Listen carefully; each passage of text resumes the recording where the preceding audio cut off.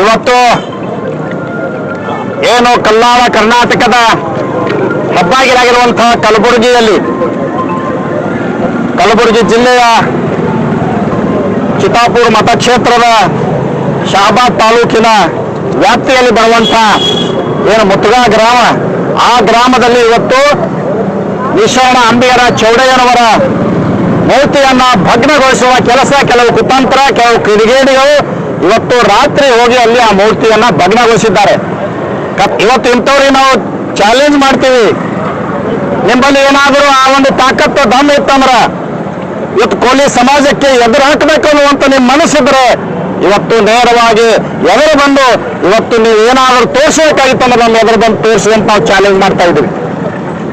ಈ ಸಮಾಜದ ಮುಖಂಡರು ತಯಾರಾಗಿ ನಿಂತಾರೆ. ಇವತ್ತು ನಾವು ಸಹಿಸ್ಕೋದಿಲ್ಲ.